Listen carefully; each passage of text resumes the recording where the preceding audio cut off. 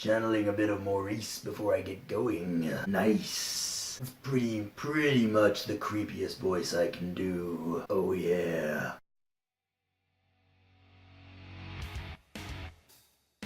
Hey, what's up fellow travelers? Welcome back. Today we're going to be talking about a topic that I know a lot of writers find super challenging. It's pretty much one of those make or break kind of deals which can literally send your novel into the stratosphere or into the crap heap.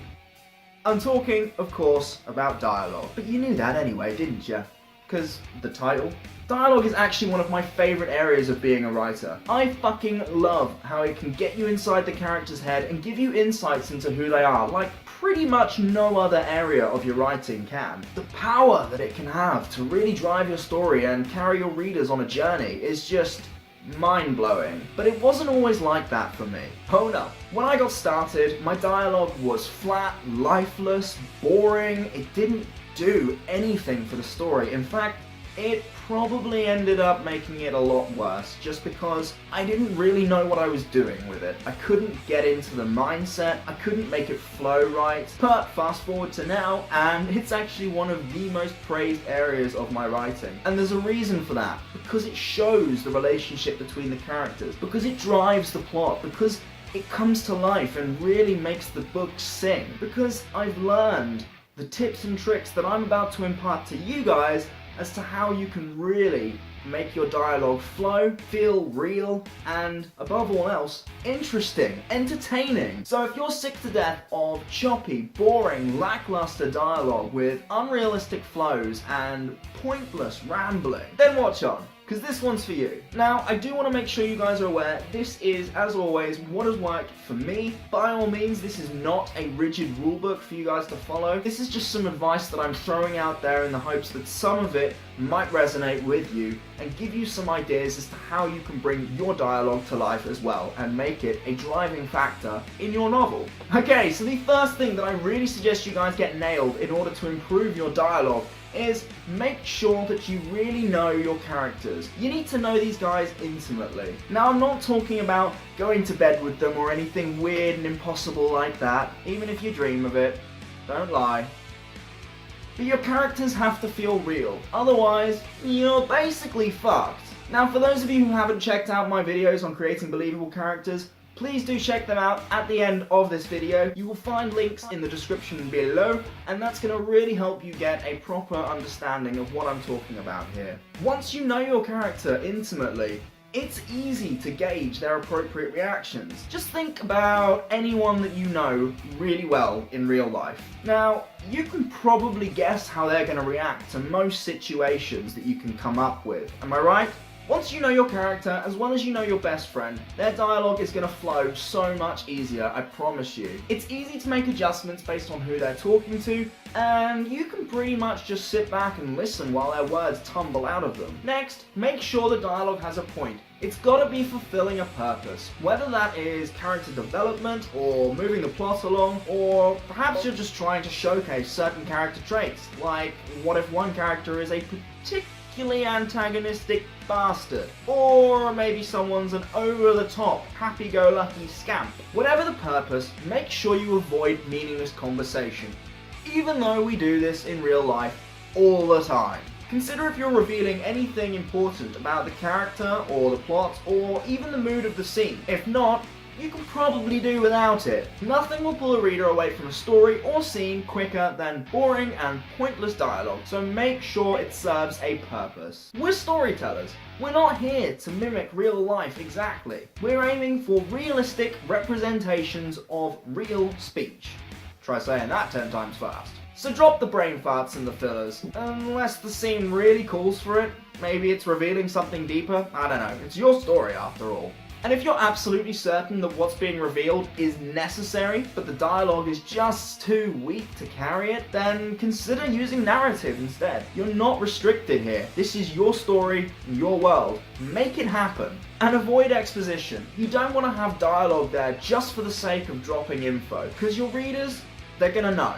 Next up, make sure that you gift your characters with unique voices that are reflective of their personal experiences. Are they highly emotional or philosophical? Maybe they just use slang all the time. Once again, for those of you who haven't checked out my video series on creating believable characters, I really suggest you take a look at that because it's going to help you shitloads here. And while I have spoken before about not disregarding the act of mimicry, which I totally stand behind by the way, consider that dialogue is the only indication your readers are going to get to who is talking aside from a dialogue tag. Even though every character in my novel The Nightmare's Truth has their own unique voice and traits, there is always one that sticks out above all the rest of them for me when I think about this kind of stuff. Her speech is probably the most unique and it just sings to me like fucking poetry. It's awesome, I love it.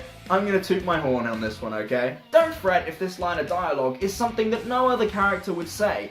Would this character say it? The character you're writing the dialogue for. Don't make your character conform to what others would say. Again, unless there is a grander purpose behind it. Unless it really does fit the story. Otherwise, you're just screwing yourself. And that's not fun. Nobody likes to do that.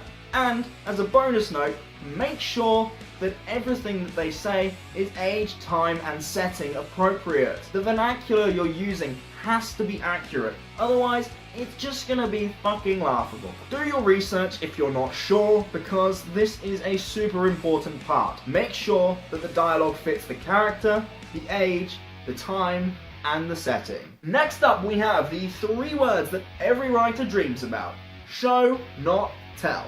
Guys, we need to be conveying our character's emotions through body language. Clenched fists, bulging veins, grinding teeth, flushing cheeks, flinching, stamping of our foot. You might have heard of the 738-55 study. If you haven't, I encourage you to Google it, but here's a quick lowdown for you. This study basically states that 7% of all communication is the words that we use. 38% is our tone of voice, and a whopping 55% is in our body language. Now, there are many who debunk this theory for a variety of reasons that I don't necessarily agree with. I think a lot of people get hung up on the statistics of this study rather than looking for the lesson at the heart of it all, which is what I encourage you to do. Look for that lesson. Having spent the last few years training people remotely, in person, via documentation I've created as well as through videos, I can tell you just how useful you'll find it to keep this at the forefront of your mind. Remembering this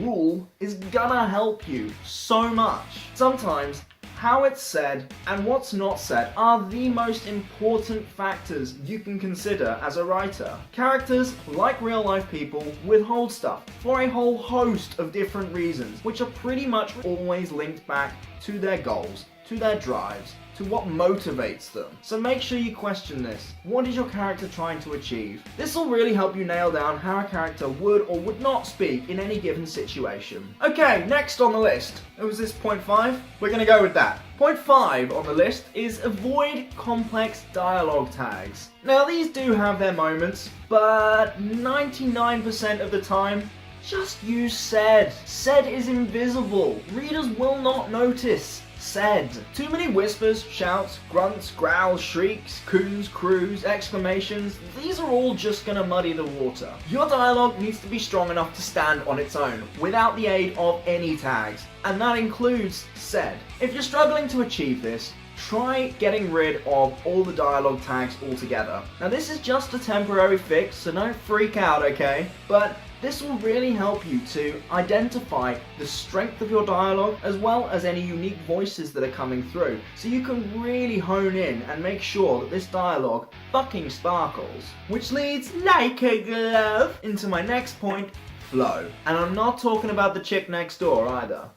Now, while this doesn't always happen in real conversations, a smooth flow will greatly enhance the enjoyment of your novel. Now, there are loads of options for those struggling with this. You could try removing all the narrative and focusing solely on the dialogue until it is badass, which should be really helpful for those prone to their whispered, grunted, or exclaimed tags. But when the dialogue tags are in place, make sure you watch out for the use of said. Hang on a second there, Luke. You literally just told me to use said like 99% of the time. I know, I'm a confusing asshole. But seriously, hear me out, because often we don't need dialogue tags at all. Imagine for a second that you're reading a novel that goes a little something like this. "Don't go in there," said Joe. "But why?" said Lily. "Well, because the last guy that went in there didn't come out again," said Joe. But I don't think that'll happen to me," said Lily. "Ah," said Joe, "but you never know." You see where I'm going with this? It's shitty, right? It's shitty to read, and it's shitty to write. So avoid it. One of my all-time favourite methods for this is to use action to break up the dialogue, which is epic for the whole show not tell approach. People aren't perfect, and so dialogue doesn't have to be either. Throwing some actions in the mix can help to give a character time to think and feel before they react, and will aid realism like you wouldn't believe. Action helps us storytellers achieve the perfectly imperfect balance that our dialogue needs in order to be realistic and enjoyable. Next up, we have point number 7. This is a fairly easy one. Read your dialogue aloud. Seriously, just do it, okay? Don't fight this. Don't resist it any longer. If you haven't already, start today. I promise you, this is one of the most useful things you can do to enhance your dialogue, make sure it flows, make sure it fits everything we've spoken about today already. Read your dialogue aloud. If it doesn't feel like something that would actually be said, change it. This is the best opportunity you are going to have to make sure that the flow of this dialogue is spot on and really shines. So don't skip this step, whatever else you do, okay? Okay, we are down to the final 2 points here now, guys, so stay with me. Next up, we have grammar. Now, you might be sitting there thinking, dude, really? Grammar?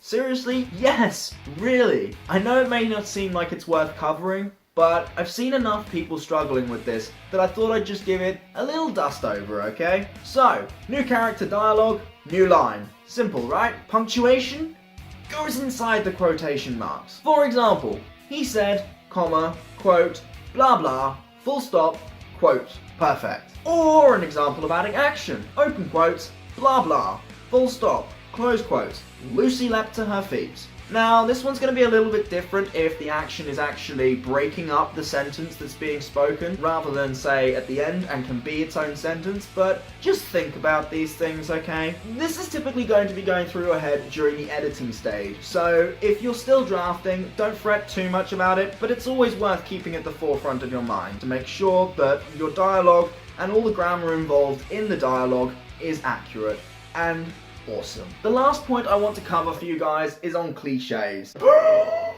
Oh yeah.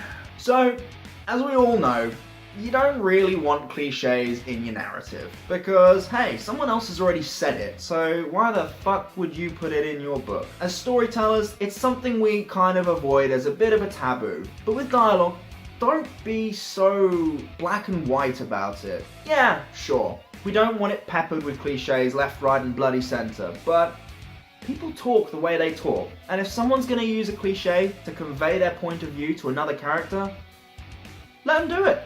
If your character would use a cliche in this particular instance, if it fits the flow, if it fits the character, if it fits the scene, if it fits the story itself, do not restrict what the character can or should say just because cliches don't belong in my narrative, okay? That's not a good idea. Don't be so restrictive with your writing. Yes, there are rules, there are guidelines, but the fun lies in breaking them. Where you can, of course, not every place, and I'm sure I'm gonna get some backlash from this one, so hit me with your best shot.